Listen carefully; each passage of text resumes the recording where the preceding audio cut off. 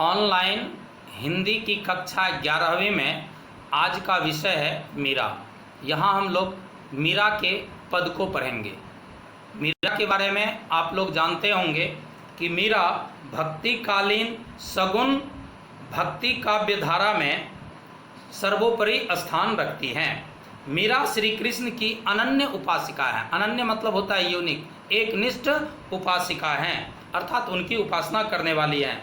संपूर्ण जीवन में वे श्री कृष्ण की भक्ति में ही लीन रहीं और उन्हीं भक्ति भावना को इस पद के माध्यम से मीराबाई व्यक्त की है। तो आइए हम मीराबाई के इस पहले पद को देखते हैं, मेरे तो गिरधर गोपाल दूसरों ना कोई। इसमें मीराबाई क्या कहती हैं कि वे भगवान श्री कृष्ण को पति रूप में मानकर उनके प्रति अपना अनन्य भक्ति भावना व्यक्त कर रही हैं, अर्थात अपनी अनन्य भक्ति भावना का परिचय मीरा इस पद के माध्यम से दे रही हैं। अब देखिए मीराबाई कहती हैं, पहली पंक्ति, मेरे तो गिरधर गोपाल दूसरो ना कोई। मेरे तो गिरधर गोपाल अर्थात मेरे तो गोवर्धन पर्वत को धारण करने वाले, अर्थात गिरधर का तात्पर्य होता है गिरि अर्थात पहाड़ को धारण करने वाले गिरिधर, गिरि को धारण करने वाले गिरधर या पहाड़ को धारण करने वाले गिरिधर गोपाल, अर्थात मेरे तो श्री कृष्ण हैं। मेरे तो गिरधर गोपाल अर्थात मेरे तो एकमात्र श्री कृष्ण हैं, दूसरों ना कोई। उनके अलावा इस संसार में मेरा अपना दूसरा कोई नहीं है। और वो भी श्री कृष्ण कैसे, जाके सिर मोर मुकुट, जिसके सिर पर मोर पंखों का मुकुट लगा हुआ है वही श्री कृष्ण मेरो पति सोई। सोई माने वही श्री कृष्ण मेरो पति, मेरे पति हैं। अब आगे देखिए तीसरी पंक्ति में है कि छाड़ी दई कुल की कहानी। छाड़ी दई कुल की कहानी, छाड़ी दई मतलब छोड़ दी, त्याग दी। कुल की कहानी, कुल माने वंश और कहानी माने परंपरा, नियम, रीति रिवाज।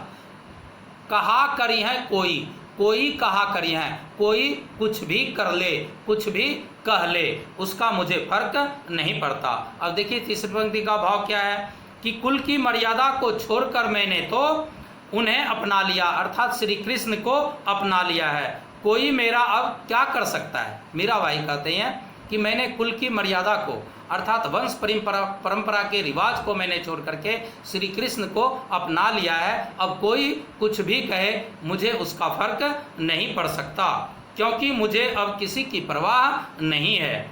अब चौथी पंक्ति देखिए, संतन ढिंग बैठी बैठी लोक लाज खोई। संतन ढिग, संतन माने साधुओं के, ढिग माने पास, तो संतन ढिग साधुओं के पास बैठी बैठी बैठ करके लोक लाज खोई, सांसारिक जो लोक लज्जा है उसको मैंने खो दी अर्थात त्याग दी। तात्पर्य है लोक लाज व समाज की चिंता छोड़कर मैं तो संतों के पास बैठती हूँ, अर्थात मैं संतों के पास बैठ करके सत्संग इत्यादि सुना करती हूँ। इसमें भले ही मैं लोकलाज को त्याग रही हूँ, लेकिन उसका कोई असर मुझे नहीं पड़ता, ना ही मेरी वंश परंपरा का कोई असर पड़ता कि मैं एक राजघराने की होकर के भी मैं साधुओं के साथ बैठी रहती हूँ, तो लोग मुझे क्या कहेंगे इसकी परवाह मुझे जरा भी नहीं है। पांचवी पंक्ति में देखिए, अंशुवन जल सिंची सिंची प्रेम बेली बोई। अब वो कह रही है कि मैंने अपने आंसू रूपी जल से सींच करके अर्थात श्री कृष्ण की यादों में मैं रात दिन आंसू बहाती रहती हूँ। श्री कृष्ण के प्रेम में मैं इतनी पागल हो गई हूँ कि रात दिन मुझे रोना पड़ रहा है। और श्री कृष्ण के प्रेम रूपी बेली को अर्थात श्री कृष्ण के प्रति जो मेरा प्रेम है वो एक लता के समान है, और श्री कृष्ण की यादों में मैं रात दिन आंसू बहाती रहती हूँ। और उस प्रेम रूपी बेल को, लता को मैं अपने आंसुओं से सींचती रहती हूँ, अर्थात मैंने आंसुओं रूपी जल से सींच कर प्रेम रूपी बेल को बड़ा किया। और छठी पंक्ति देखिए, अब तो बेली फैली गई आनंद फल होई। कवित्री करिए, अब तो बेली फैली गई आनंद फल होई। तात्पर्य यह है कि श्री कृष्ण के प्रति प्रेम रूपी यह बेल, यह लता अब पूरी तरह से फैल गई है और उसमें आनंद रूपी फल लगने लगे हैं, अर्थात श्री कृष्ण श्री कृष्ण के भक्ति में आनंद प्राप्त होने लगा है। अब 7वीं पंक्ति देखिए, 7वीं पंक्ति में मीरा कहती है कि दूध की मथनियाँ बड़े प्रेम से बिलोई। अब दूध की मथनियाँ का तात्पर्य क्या है? मीराबाई कहती हैं कि उसने श्री कृष्ण के प्रीति रूपी दूध को मथनी अर्थात भक्ति रूपी मथनी से बड़े प्रेम से बिलोकर अर्थात जमने के लिए देकर उसमें से आनंद रूपी दही को मथ करके और घी रूपी परम आनंद को प्राप्त कर ली है। और बाकी जो है घृतमथी दधी काढ़ी लियो दाढ़ी दही छोड़ी, छोई मतलब छाछ करा है, और संसारिक जो लोग लच्चा रूपी छाछ है उसको मैंने त्याग दी। अर्थात श्री कृष्ण के दूध की मथनियाँ अर्थात श्री कृष्ण के प्रेम रूपी दूध को भक्ति रूपी श्री कृष्ण के प्रति भक्ति रूपी मथनी से उसको मथ करके बड़े प्रेम से मैंने बिलोई, और उस मथनी से अर्थात भक्ति रूपी मथनी से दही को मथ करके घृत काढ़ी लियो, काढ़ी लेना मतलब निकाल लेना, अर्थात आनंद रूपी भक्ति के आनंद रूपी घी को मैंने निकाल लिया। दाढ़ी दही छोई, यहाँ दाढ़ी दही मतलब छोड़ दी, छोई का मतलब है छाछ। दही मथने के बाद घी निकलने पर छाछ बचता है। यहाँ छोई के ऊपर संसारिक लोक लज्जा रूपी छाछ को यहाँ छोई कहा गया है कि मैंने श्री कृष्ण के आनंद रूपी घी को प्राप्त करके और लोक लज्जा रूपी छाछ को छोड़ दिया। अर्थात छाछ का ज़्यादा महत्व नहीं होता है घी के सामने, घी का ज़्यादा महत्व होता है, छाछ का महत्व कम होता है। इसलिए जब मीराबाई को श्री कृष्ण रूपी छाछ की श्री कृष्ण रूपी घी की प्राप्ति हो गई तो भला वो संसारिक लोग लज्जा रूपी छाछ के चक्कर में क्यों पड़ेगी। इसलिए उसने संसारिक लोक लज्जा रूपी छाछ का त्याग कर दी। आगे देखिए 9वीं पंक्ति में भगत देखी राजी हुई जगत देखी रोई। अब कहते हैं भगत देखी राजी हुई, अर्थात मीराबाई कहते हैं भगत मतलब जो संसार में भगवान के भक्त हैं देखी राजी हुई, उसको देख करके मीराबाई बहुत खुश होती हैं। भगत देखी राजी हुई जगत देखी रोई। जगत मतलब संसार के वे लोग, जगत माने संसार के वे लोग जो भगवान की भक्ति को छोड़ करके ये दुनियादारी के जीवन यापन के कार्यों में जो बेकार का पड़े रहते हैं उसको देख करके मीराबाई रोती है कि ये संसार के लोग कितने मूर्ख हैं जो भोग विलास की चीज़ों में रात दिन लगे रहते हैं, भोग विलास की चीज़ को रात दिन एकत्रित करने के चक्कर में रहते हैं, जमा करने के चक्कर में रहते हैं, लेकिन भगवान की भक्ति नहीं करते हैं।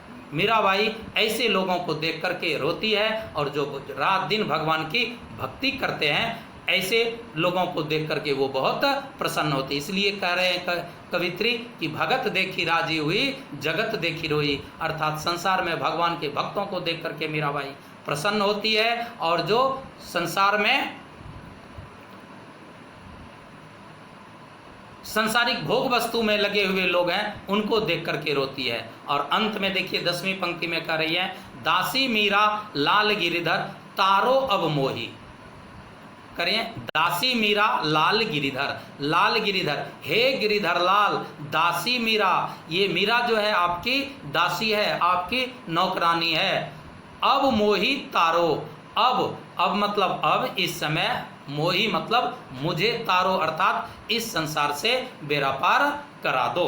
अब देखिए इसका थोड़ा शिल्प सौंदर्य देख लेते हैं। शिल्प सौंदर्य में ऊपर में देखिए पहली पंक्ति में है गिरिधर और गोपाल। गिरधर गोपाल में गिरधर में गौ है और गोपाल में भी गौ है। तो यहाँ पद्यांश में समान वर्ण की आवृत्ति, समान वर्ण की क्रमशः आवृत्ति होने से अनुप्रास अलंकार होता है, तो यहाँ पर अनुप्रास अलंकार है। फिर दूसरी पंक्ति में देखिए मोर मुकुट में भी मोर में म है, मुकुट में भी म है, तो यहाँ म वर्ण की आवृत्ति से भी अनुप्रास अलंकार है। फिर देखिए चौथी पंक्ति में लोक लाज, लोक में ल है, लाज में भी ल है, यहाँ ल वर्ण की आवृत्ति से अनुप्रास अलंकार है। फिर है उसके नीचे वाली पंक्ति में बेली बोई, पांचवी पंक्ति में बेली बोई, बेली बोई में ब वर्ण की आवृत्ति से अनुप्रास अलंकार है। और आगे देखिए चौथी पंक्ति में है बैठी बैठी, बैठी बैठी में बैठी शब्द की आवृत्ति है।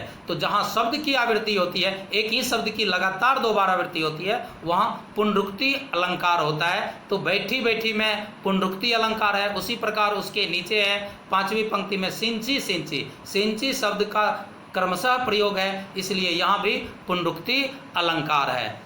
और साथ ही साथ अब आगे हम देखते हैं, और तीसरी पंक्ति में एक अलंकार है कुल की कहानी कहा करी है कोई, यहाँ क्रमशः क वर्ण की आवृत्ति है, इसलिए यहाँ भी अनुप्रास अलंकार है। और साथ ही साथ 2 अलंकार हो गया, अनुप्रास और पुनरुक्ति। और साथ ही साथ अब सातवीं पंक्ति में देखिए दूध की मथनियाँ। अब यहाँ दूध के ऊपर भगवान श्री कृष्ण के प्रीति अर्थात प्रेम के रूप का आरोप किया गया है, इसलिए दूध की में रूपक अलंकार है। रूपक अलंकार का तात्पर्य होता है जहाँ सामान्य के ऊपर किसी विशेष के रूप का आरोप किया जाए। तो यहाँ दूध सामान्य है, भगवान श्री कृष्ण का प्रेम विशेष है, तो सामान्य के ऊपर विशेष के रूप का आरोप हो रहा है, इसलिए दूध की मथनियाँ, मथनियाँ भी है भक्ति रूपी मथनी, अर्थात मथनी होता है जिससे दही को मथते हैं। तो यहाँ मथनी के ऊपर भगवान श्री कृष्ण के भक्ति के रूप का आरोप किया गया है। मथनी यहाँ भगवान श्री कृष्ण की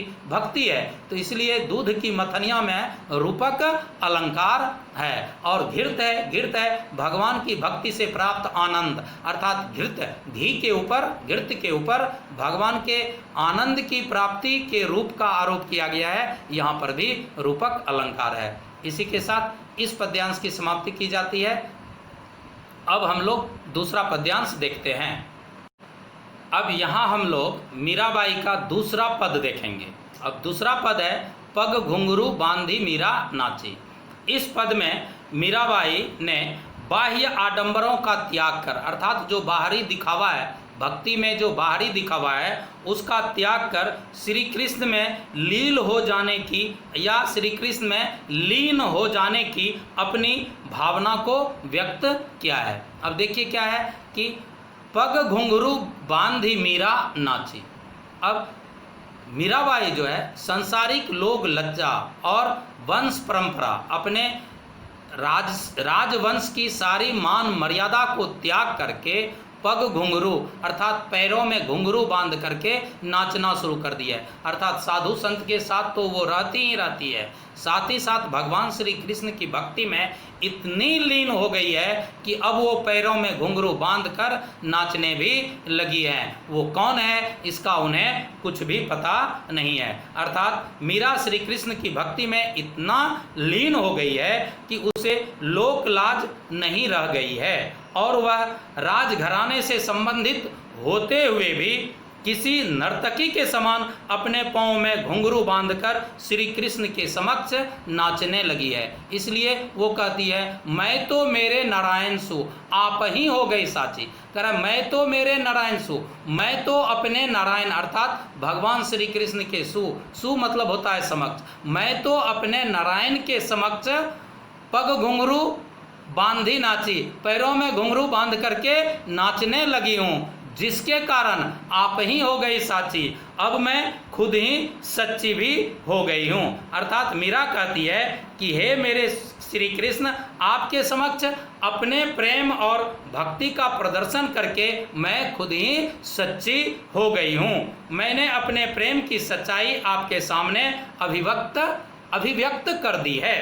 अब तीसरी पंक्ति में देखिए लोग कहे मीरा भाई बाबरी। अब तीसरी पंक्ति में मीराबाई कहते हैं लोग कहे, संसार के लोग कहते हैं, समाज के लोग कहते हैं मीरा भाई बाबरी, मीरा बाबरी हो गई है। बाबरी का मतलब होता है पागल या पगली, मीरा तो पगली हो गई है, मीरा बाबरी भई, मीरा पगली हो गई है। न्यात कहे कुलनासी, न्यात मतलब अपने सगे संबंधी कुटुंब परिवार के लोग कहते हैं, न्यात कहे कुटुंब परिवार के लोग कहते हैं कुलनासी, मीरा तो कुल का नाश करने वाली है। कुलनासी मतलब कुल का नाश करने वाली है।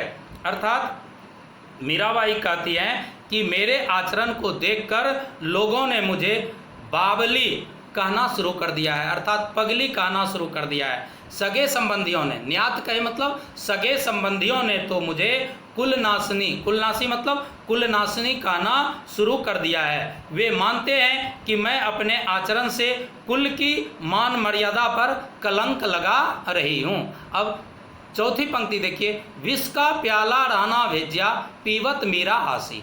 विष का प्याला, विष मतलब होता है जहर या विष। विष का प्याला राना भेज्या पीवत मीरा आसी। अब राना, राना कौन है? मीरा का विवाह राजा भोज के साथ हुआ था। राजा भोज कौन थे? चित्तौड़ के राणा संगा के पुत्र थे राजा भोज। तो कुछ ही समय में मीरा की शादी के बाद राजा भोज की मृत्यु हो गई थी, मीरा विधवा हो गई थी, जिसके कारण वो और भी ज़्यादा कृष्ण भक्ति में लीन रहने लगी थी, जिसके कारण उसके ससुर राणा संगा उसे तरह तरह के कष्ट देते थे कि ये तो कुल का नाश करने वाली है, इसलिए उसे मारना, जान से मारना चाहते थे। इसलिए एक बार राणा संगा ने विष का प्याला राणा भेजा, अर्थात एक बार राणा संगा ने विष का प्याला मीरा के पास भेजा। पीवत मीरा आसी, मीरा श्री कृष्ण की भक्ति में इतनी लीन थी कि वो हंसते हुए श्री कृष्ण को याद करते हुए वो राणा संगा के भेजे हुए विष के प्याले को ही वो पी गई। और हंसते हुए क्यों पी गई? राणा संगा के मूर्खता पर, कि राणा संगा तुम तो मूर्ख हो जो संसारिक भोग विलास में लगे हुए हो और मुझे नहीं पहचान रहे हो कि मेरी दर्द क्या है। मेरी दर्द केवल कृष्ण की प्राप्ति है, और मैं जब तक कृष्ण की प्राप्ति नहीं करूँगी तो मैं किसी को कुछ भी नहीं कहूँगी, ना ही किसी की बात सुनूंगी। इसलिए राणा विष का प्याला राणा भेजा पीवत मीरा आसी। जब राणा संगा ने विष का प्याला भेजा तो राणा की मूर्खता पर मीराबाई जो है वो विष का प्याला पी गई। क्यों? क्योंकि वो सोच रही हैं राणा संगा तुम मुझे मार नहीं सकते हो, मुझे तो मारने वाले एक ही श्री कृष्ण हैं और उसके अलावा मेरा कोई कुछ बिगाड़ नहीं सकता है। इसलिए मीरा हंसती हुई, अर्थात राणा की मूर्खता पर हंसती हुई, क्योंकि राणा मीरा को पहचान ही नहीं पा रहा है कि मीरा के ऊपर तो भगवान श्री कृष्ण की कृपा हो चुकी है, इसे मारा नहीं जा सकता। इसी मूर्खता पर मीरा हंसती हुई विष का प्याला पी लेती है और अंत में मीरा कहती है, मीरा के प्रभु गिरधर नागर सहज मिले अविनाशी। मीरा के प्रभु गिरधर नागर, मीराबाई कहती हैं मेरे ते प्रभु एक गिरधर नागर है, अर्थात गोवर्धन पर्वत को उठाने वाले, अपनी छोटी उंगली पर गोवर्धन पर्वत को उठाने वाले भगवान श्री कृष्ण हैं। सहज मिले अविनाशी, वे अविनाशी हैं, अर्थात भगवान श्री कृष्ण जो हैं वे अविनाशी हैं, अर्थात जो सच्चे हृदय से भगवान श्री कृष्ण की, संसार के जो भक्त सच्चे हृदय से भगवान श्री कृष्ण की भक्ति करता है उसको सहज मतलब आसानी से मिले भगवान श्री कृष्ण अपने अविनाशी रूप का दर्शन करा देते हैं। अर्थात मीराबाई कहती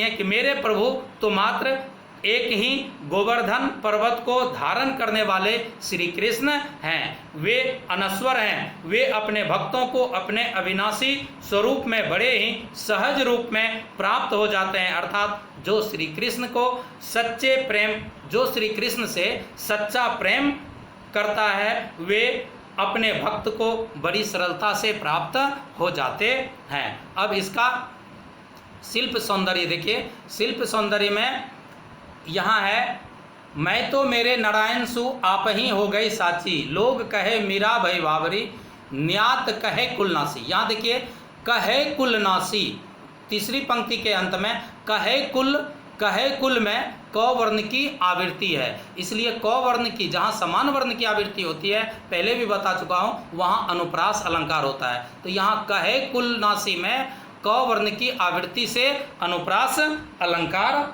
है। और साथ ही साथ इस पंक्ति में यदि भाषा की विशेषता देखते हैं तो दोनों ही पद में मीराबाई की राजस्थानी भाषा का प्रयोग हुआ है, जिसके कारण ये पद और भी लयात्मक और गाने योग्य हो गया है। और दोनों ही पद में संगीतात्मकता, पहले पद दूसरे पद दोनों में ही संगीतात्मकता मौजूद है। और इसमें तुकांत छंद है, अर्थात छंद में तुकबंदी किया हुआ है, जैसे नाची, साची, नासी, हसी, अविनाशी इत्यादि सब में तुकबंदी है, तो यहाँ तुकबंदी छंद है।